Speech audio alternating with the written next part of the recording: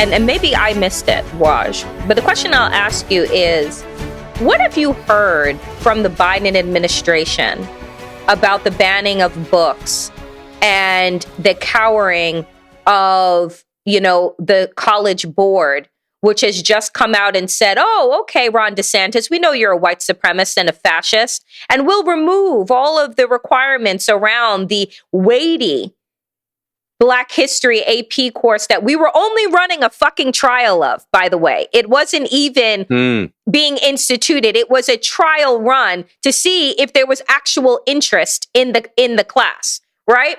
So we'll cower to this white supremacist fascist.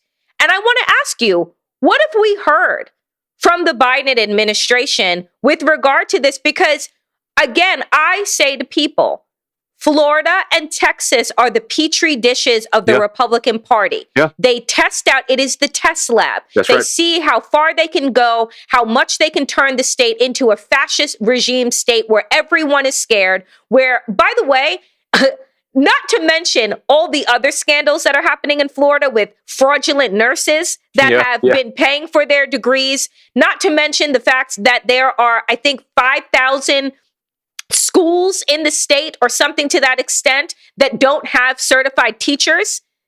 Like or COVID deaths. COVID deaths. Or let's not even talk about, because Ron DeSantis runs Florida in the way that China is run, where he doesn't release the public health information so that you actually know how many Floridians have died of COVID-19. So I say all of this. What have we heard from the Biden administration?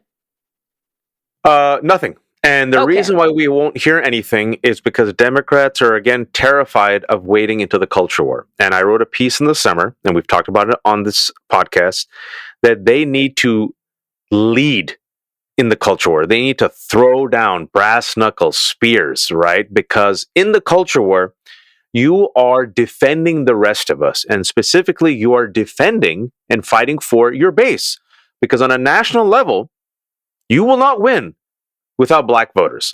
But they're so terrified, Danielle, that the culture war is going to make them lose, that instead of literally throwing down and saying enough is enough, where I think, look, if you look at the polls, and this is where we give unsolicited advice that is actually good and actually bears fruit, and then 6 months later, once they finally do it, we don't get any credit, but even though we're the ones who literally told them 6 months. Remember when we said in the summer, hey, maybe you want to tell people that they're going to cut Social Security and Medicare. Hey, maybe you want to fight for women's rights. I guarantee you it'll be a major issue. Hey, remember when we said on this podcast, democracy will be a major talking point and a kitchen table issue? And they're like, they're crazy. No one cares about democracy. They care about gas, Wash. Yes, what are you talking gas about? Prices.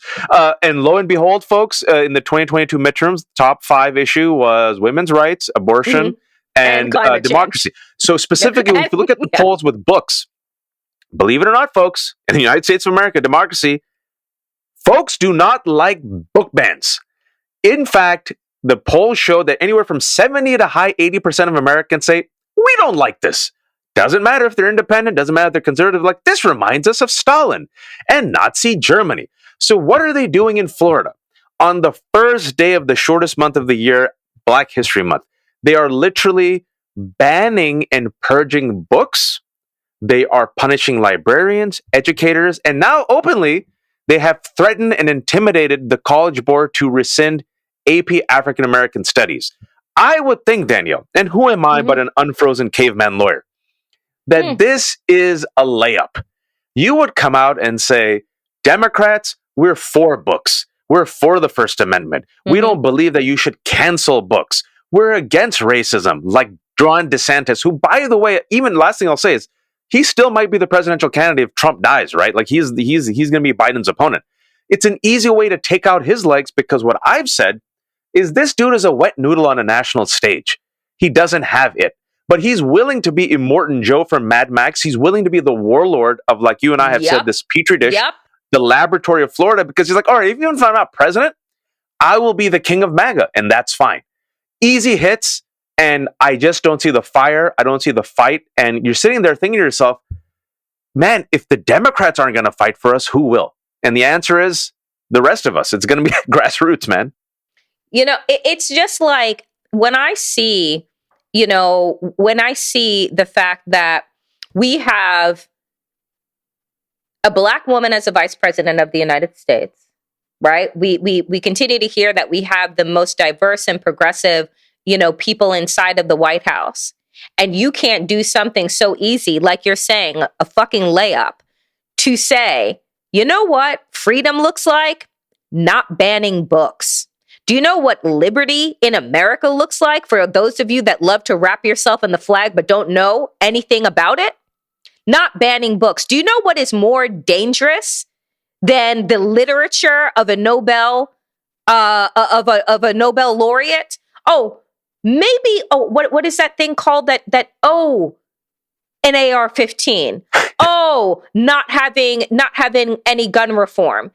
When you are living in a country that half of the political party, half of the political engine believes that books are more dangerous than bullets, you know where the fuck this is headed. And so for the Biden administration to sit by and to not use this as an opportunity to remind people exactly what justice and liberty looks like. It looks like the freedom to read, right? The freedom to have information. Why is it that the Second Amendment outweighs my ability to go to the fucking library and check out whatever goddamn book I want? Well, because you got to stand your ground with an AR-15. You can't stand your ground with a book. And ironically, the rest of us, the way we have stood our ground, the way we have fought back, the way we have forced ourselves to be co-protagonists of the American narrative is through books. It's through stories. It's through art. It's through culture. You know, my professor in college, Ishmael Reed, a MacArthur Genius winner, a Pulitzer Prize nominated African-American writer, you know, he was my short story writer. And 9/11 had just happened.